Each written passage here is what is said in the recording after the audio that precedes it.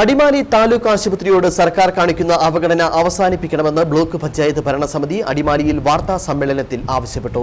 സർക്കാർ അവഗണനയിൽ പ്രതിഷേധിച്ച് അടുത്ത മാസം 9-ന് ഭരണസമിതിയുടെ നേതൃത്വത്തിൽ DMO ഓഫീസിലേക്ക് മാർച്ച് സംഘടിപ്പിക്കുമെന്നും ആശുപത്രിയിൽ വിവിധ പദ്ധതികൾ ഭരണസമിതി നടപ്പാക്കാൻ ശ്രമിക്കുമ്പോൾ തടസ്സമായി നിൽക്കുന്നത് സർക്കാർ നിലപാടാണെന്നും ഭരണസമിതി ആരോപിച്ചു.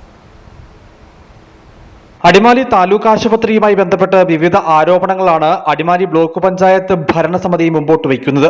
ഡയാലിസിസ് യൂണിറ്റിന്റെ ഉദ്ഘാടനത്തോടനുബന്ധിച്ച് ബ്ലഡ് ബാങ്കിന്റെ പ്രവർത്തനം സജ്ജമാക്കുമെന്ന് പ്രഖ്യാപിച്ചിരുന്നെങ്കിലും യാതൊരു നടപടിയും ഉണ്ടായില്ല. ആശുപത്രിയുടെ കാഷ്വാലിറ്റി ബ്ലോക്കിന് ഫയർ NOC ലഭിച്ചിട്ടില്ല.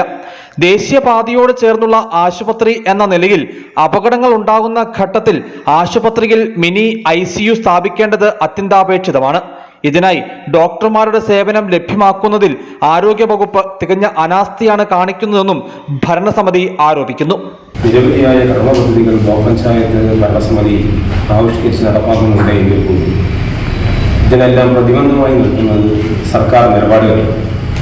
പ്രധാനമായും ഇവിടെ എല്ലാവർക്കും അറിയാവുന്നതുപോലെ അടിമാലി താലൂക്ക് ആശുപത്രി ഡയാലിസിസ് യൂണിറ്റിന്റെ ഉദ്ഘാടനമില്ല. ആ സന്ദർഭത്തിൽ തന്നെ ഉണ്ടായ ഒരു കാര്യമുണ്ട്.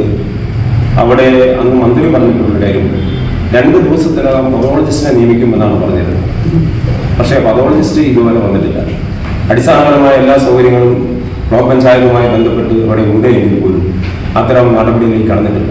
ആശുപത്രിയിലെ അടിസ്ഥാന സൗകര്യക്കുറവ് മൂലം ദേവികുളം, ഉടുമ്പൻചോല, ഇടുക്കി താലൂക്കുകളിലെ രോഗികൾ പ്രയാസം അനുഭവിക്കുന്ന സ്ഥിതിയുണ്ട്.